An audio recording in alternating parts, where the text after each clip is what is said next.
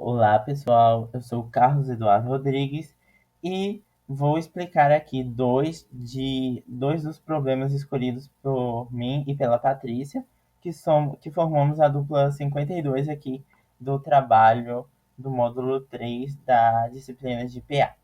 Eu vou começar explicando aqui, então, o problema 218. É um problema considerado difícil e o nome dele é The Skyline Problem. O objetivo desse problema seria, então, resolver o contorno formado por um conjunto de edifícios e onde cada edifício aqui ele é definido por três parâmetros, que seria uma variável que representa a coordenada x esquerda, uma que representa a coordenada x direita e uma que representa a altura do nosso edifício. É, o contorno, que é a nossa saída final, ele deve ser representado por pontos que indicam onde ocorre uma mudança na altura. Então, aqui no nosso output, na coordenada 2, ocorre uma mudança, sai de 0 e vai para 10.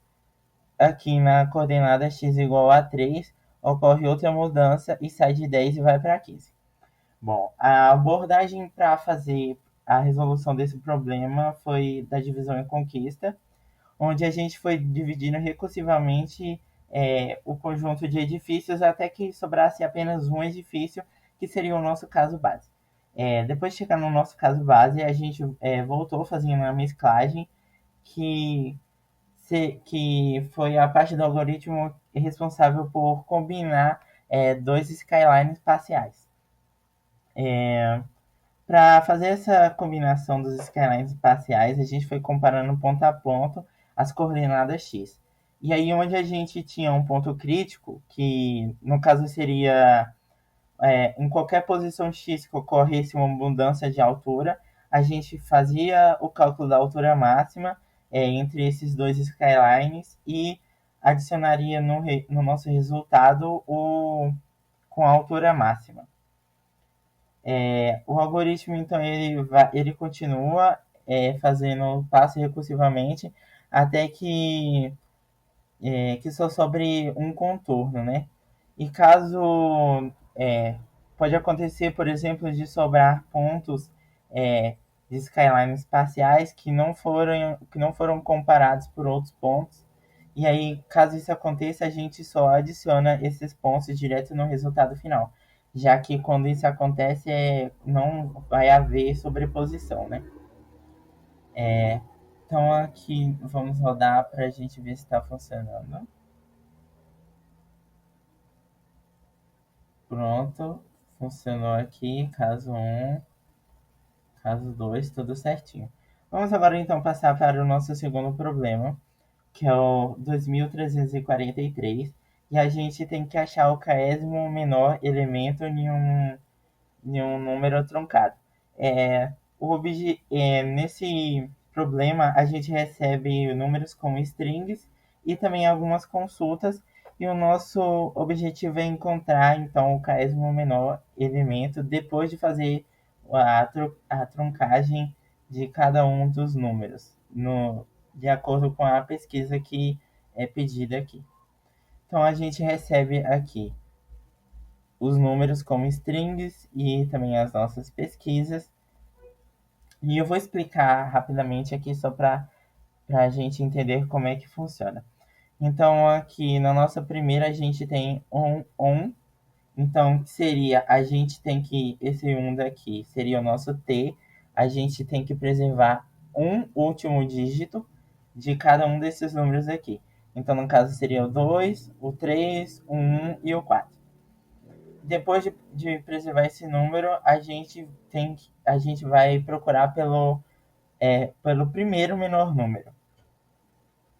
E no caso aqui ficaria 2, 3, 1 e 4.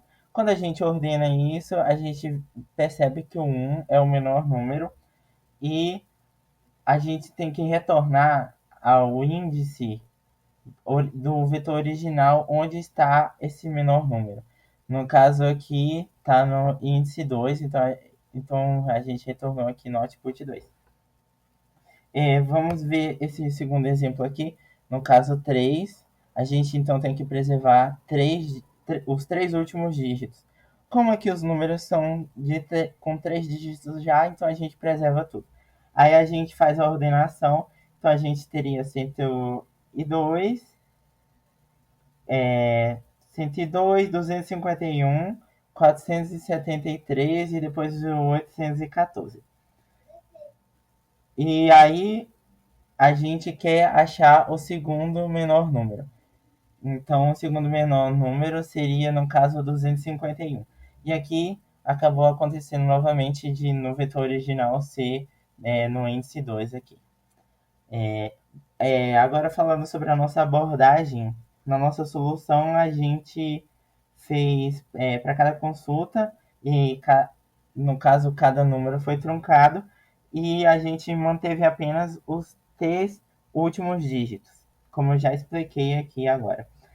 A seleção então do caso menor número ele foi feita utilizando a mediana das medianas, aquele algoritmo que a gente viu em sala, e só que aqui a gente teve uma mudançazinha que a gente separou em 3 grupos, que foram os grupos dos números menores que o pivô, dos números iguais que o pivô e dos números maiores que o pivô. No caso aqui, o pivô seria a nossa mediana, né? Então a gente percorre, a gente vai rodando o algoritmo, encontrando a mediana de cada grupo, fazendo o particionamento dos números nesses 3 grupos que eu já falei, e recursivamente a gente vai então procurando e encontrando o késimo elemento para cada uma das buscas que foram solicitadas aqui no nosso problema. Vamos rodar aqui então para verificar se está tudo funcionando corretamente. E bom, a gente tem aqui tudo funcionando certinho. Caso 1 e caso 2, todos aceitos. Bom, agora a Patrícia ela vai explicar pra gente os nossos outros 2 problemas. Boa noite, pessoal. Eu sou a Patrícia e agora eu vou explicar para vocês as nossas últimas 2 questões que ficaram faltando, né? Nós escolhemos a 719 e a 775. Começando pela 719, a nossa difícil. Vou dar uma explicada aqui no enunciado e depois a gente explica como a gente fez para resolver. Então vamos lá. O problema 719, ele vai dar um array de números inteiros e inteiros positivos para a gente, e a gente vai precisar encontrar a distância com menor distância absoluta entre todos os pares de números dentro desse array. Só que a gente tem algumas restrições. Um par, ele só vai ser válido se ele for maior que zero e menor que a quantidade de números, né? E a distância dos números i e j, ela vai ser definida como os números de i menos os números de j. Espero que tenha dado para entender, mas quem quiser ver com mais detalhes o enunciado, ele está disponível lá no Git. Agora, para a nossa resolução. Para a gente resolver esse problema, eu usei contagem de inversões, usei o código base que o professor deu de exemplo lá na videoaula. Então, pela videoaula dá para entender como funciona, mas vamos dar uma explicaçãozinha aqui. Primeiro a gente vai mesclar 2 listas ordenadas e a gente vai contar os pares que atendem aos critérios de distância.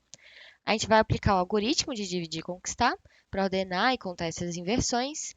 A gente vai contar os pares com menor ou igual à distância do max distance, que a gente define por aqui. E para facilitar, aqui, cadê? Para facilitar, a gente vai ordenar os números para a contagem de pares ficar mais fácil. E por final, a gente vai realizar uma busca sobre as possíveis distâncias que ele vai encontrar. Então, aqui também, no final, a gente tem os casos de teste, né, que a gente vai ter que fazer. Mas enfim, vamos rodar aqui para a gente ver como é que está funcionando. Eu vou rodar e vou dar um submit para a gente ver certinho. Ó, nos 3 casos de teste aqui, deu tudo certo. Vou dar um submit só para a gente ter certeza. Tudo certinho.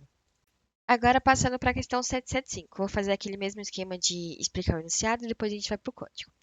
Então, a questão 775 dá para a gente um array de números de tamanho n e vai definir, detalhe, aqui também é contagem de inversões, só que aqui a gente tem um diferencial, que aqui a gente vai ter inversões globais e inversões locais, diferente daquela outra questão anterior, né? Então, vamos lá. A questão vai definir para a gente inversão global como um par de índice 1, perdão, I e J, onde I é menor que J, e também vai definir inversão local como um par de índice I e J, só que aqui o J ele vai ser igual a 1 mais I. E aqui a nossa tarefa é verificar se todas as inversões globais também são locais, ou seja, a gente vai precisar verificar para cada inversão global I e J se a diferença de I e J é igual a 1. Então, se for, a gente vai ter o true, que a gente vai poder definir que todas as globais são locais, e caso contrário, a gente vai ter o nosso false. Agora, partindo para o código. Como eu falei, aqui é contagem de inversões também, então eu usei aquele código base da videoaula do professor. Então vamos lá. Aqui a gente tem uma função merge para contar as inversões durante, né? A gente vai ter uma função para contar as inversões locais e como é que ela vai funcionar. Aqui, ó. Como é que ela vai funcionar? Para contar as inversões locais, a gente vai precisar basicamente percorrer o array e verificar se para cada elemento o i é maior que i mais um, ok? E se isso acontecer, a gente consegue incrementar no contador para a gente contar a quantidade total dessas inversões locais. A gente também vai ter um contador para as inversões globais, usando o merge sort. Então, para contar as globais de forma eficiente, a ideia é dividir o array em duas metades, contar as inversões das metades e depois mesclar essas duas metades ordenadas já, né? Para a gente contar as inversões globais. Quando a gente está mesclando as duas metades, caso a gente encontrar um elemento do lado direito que é menor do que o elemento do lado esquerdo, isso vai significar o quê para a gente? Vai significar que todos os elementos restantes do lado esquerdo formam inversões com esse elemento do lado direito. Para quem fez a prova que tinha isso, vai entender o que eu falei. A gente também vai ter, o que mais? A gente vai ter tá. Se o número de inversões globais for igual ao número de inversões locais, isso significa que todas as inversões globais também são locais. Então, depois a gente contar todas as globais, locais, a gente vai poder comparar o número de inversões e ver se esses números são iguais.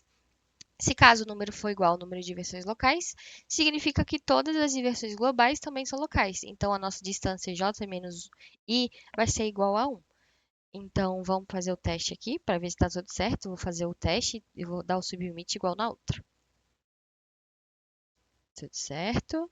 Agora o submit.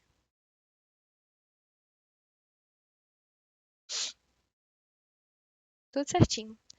É isso, pessoal. Obrigada pela atenção e bom fim de ano para vocês.